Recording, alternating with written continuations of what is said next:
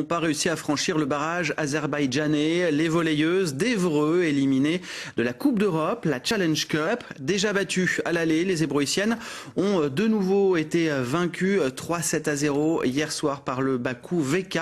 Évreux qui sort néanmoins par la grande porte face à une des meilleures équipes du continent. Résumé de la rencontre, Grégory Tellu, Laurence Couvent. Un petit tour et puis s'en va. Évreux n'aura été qu'une comète dans cette Challenge Cup.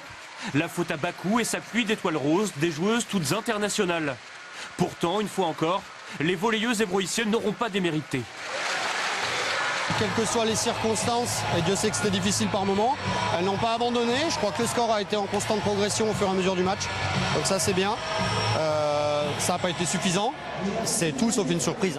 Battu 3-7-1 à l'aller, le VB était condamné à l'impossible. À Évreux, on n'a pas de pétrole, mais on a des idées, du talent.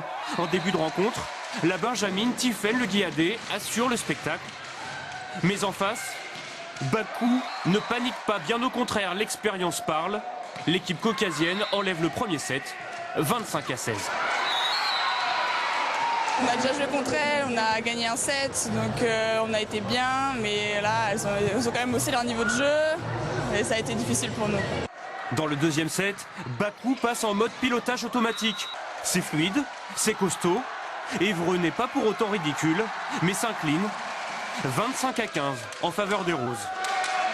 La troisième manche donnera lieu à du beau spectacle. Évreux perd en 3-7. Angelo Hannibal Vercecci, l'entraîneur italien de Bakou, a apprécié le match et la performance ébroïcienne.